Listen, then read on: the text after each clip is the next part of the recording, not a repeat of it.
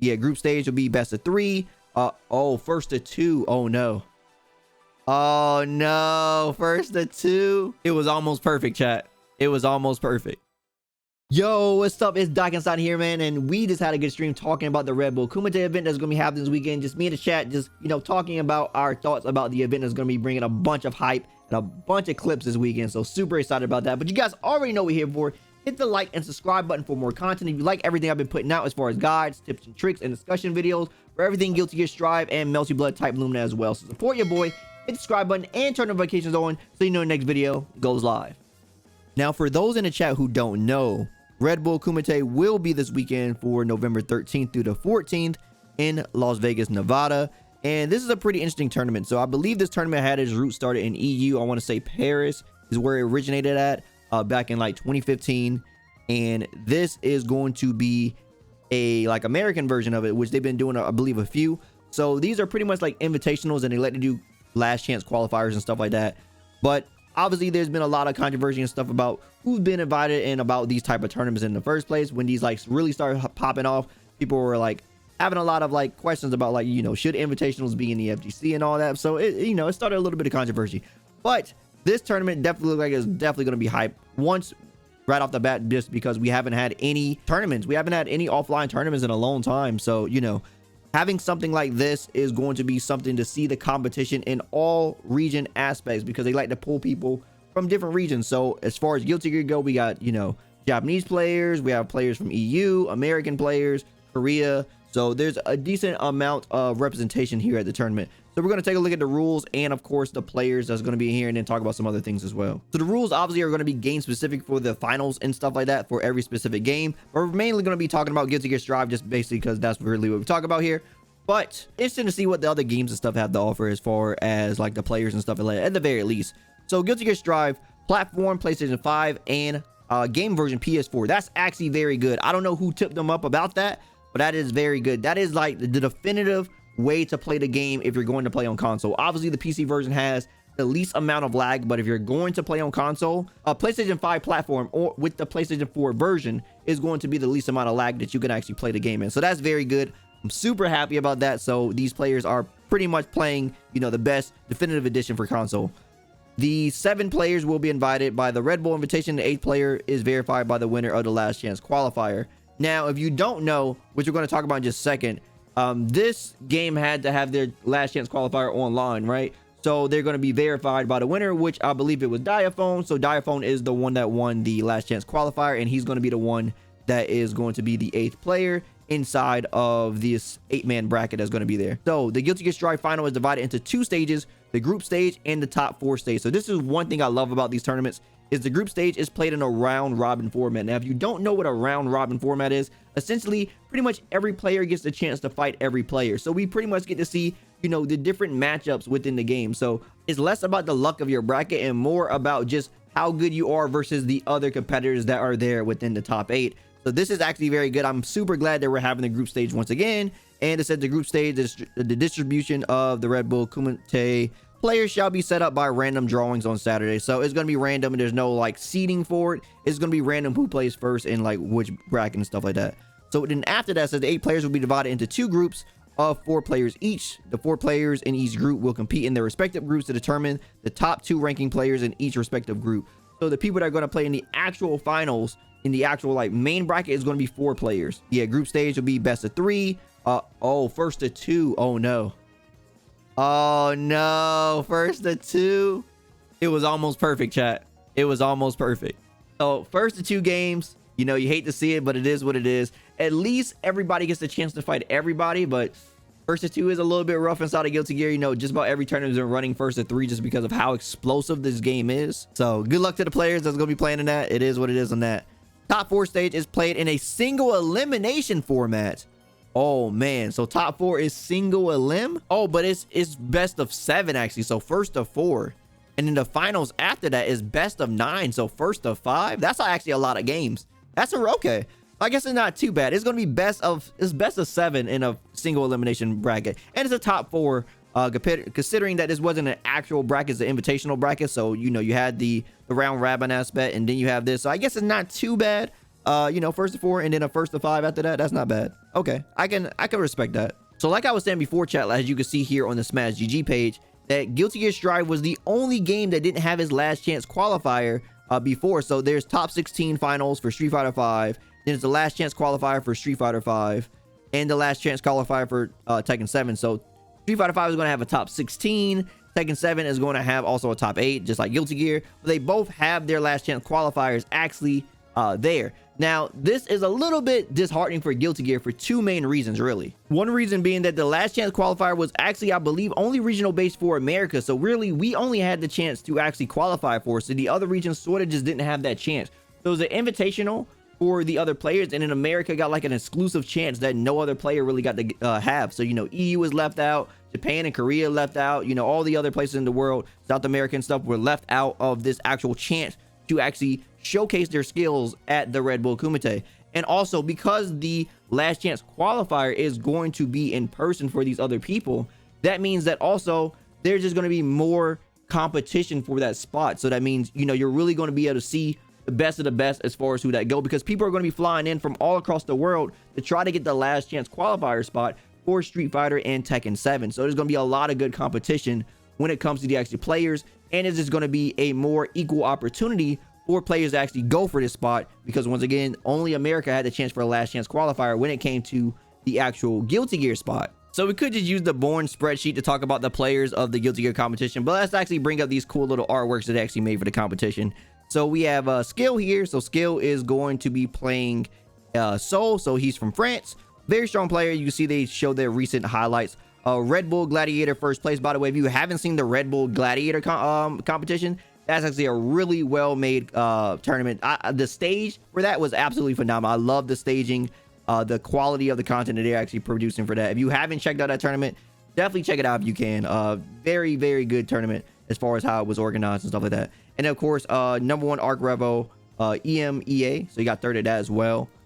Then we have actual Diaphone. Now, Diaphone, of course, from the US. He is the one that won the last chance qualifier. Of course, he's been doing good in other stuff too. Evo, he got 17th, and he plays Eno. So if you haven't seen Diaphone, one of the best Enos to do it in the US. And yeah, it's gonna be some crazy competition. So we got Soul, we got Eno. And the one thing about this too is, like I said, they're trying to pull players from not only different regions, but I'm guessing they're also thinking about the different characters that you want to see as well, right? You don't want to see too many repeat characters. So you want to try to get different character diversity so they can make this interesting as possible. So Gobo is also going to be there. Gobo from Japan. Gobo has been playing Gold Lewison, and he's also been playing Zato. So very, very strong picks. They've been saying he's one of the best Zatos, and now he's been playing Gold Lewis as well. So very interesting to see exactly who he's going to be playing as far as this tournament actually goes. And, you know, just a player being able to play more than one character also makes for some interesting things, because you never know who they actually pick on the spot, depending on the matchups that they actually like to play against. So Apology Man, Fouls, also from the US. So Fouls player, you know, Wouse actually out here. So they actually picked, you know, Apology Man to actually do this, which is pretty cool. Some Fouls representation for characters. Now, of course, there's more characters than there are spots, so we're not going to be able to see every character, but I think we got a decent amount of character variety here that people will be excited for. So, you know, shout outs to Apology Man actually getting in here. I definitely like the little artworks that actually made for this. I think it's pretty cool.